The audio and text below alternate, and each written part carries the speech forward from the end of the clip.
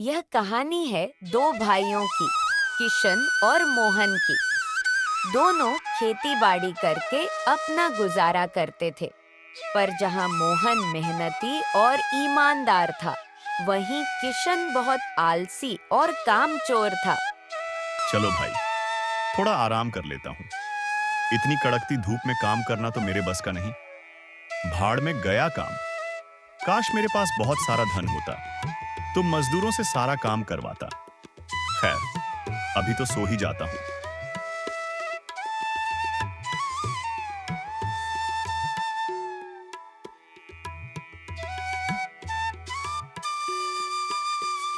वहीं दूसरी ओर मोहन कड़ी धूप में भी अपने खेत में काम कर रहा था। मोहन थके लेकिन संतुष्ट स्वर में बोलता है,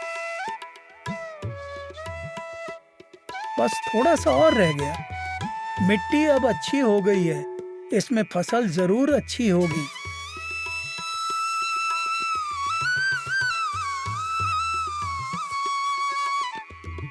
शाम होते ही दोनों भाई अपने अपने घर लौट जाते हैं। मोहन घर पहुंचता है। उसकी पत्नी शांति दरवाजे पर खड़ी है। बेटा खेल रहा है। आप आ गए खेत से? मोहन थके हुए लेकिन मुस्कुराते हुए बोलता है। हाँ शांति, बस थोड़ा काम बाकी रह गया है। कल खेत पूरा हो जाएगा तो बीज डाल दूंगा।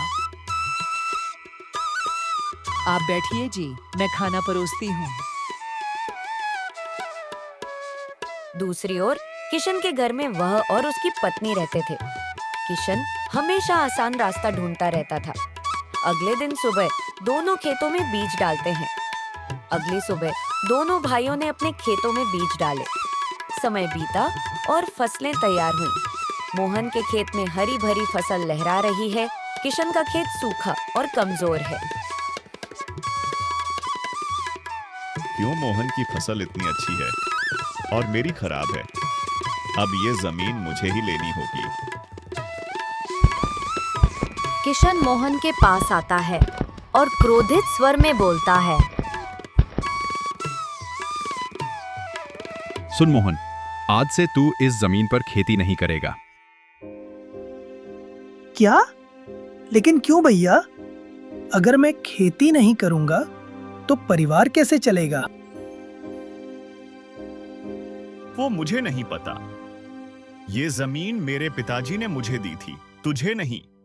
तेरी जमीन तो खेत के उस पार है, वही बंजर जमीन। मोहन दुखी स्वर में बोलता है, भैया, पिताजी ने मुझे भी तो कुछ जमीन दी थी। बस ज्यादा बहस मत कर, निकल जा मेरे खेत से। मोहन उदास होकर घर लौटता है। शांति दरवाजे पर उसका चेहरा देखकर चिंतित हो जाती है। क्या हुआ जी, इतने परेशान क्यों हैं? भैया ने कह दिया अब मैं उनकी जमीन पर खेती नहीं कर सकता। मेरी जमीन तो उस पार बंजर पड़ी है। पर वहाँ तो कुछ उगता भी नहीं। देखेंगे शांति, जो भाग्य में लिखा है वही होगा।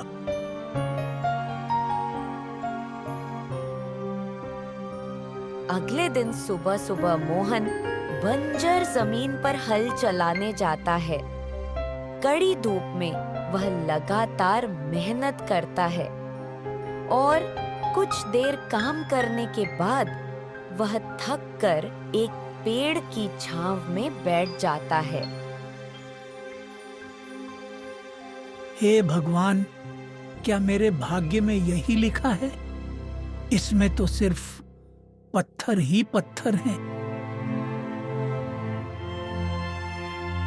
अगले दिन मोहन फिर मेहनत करने निकलता है।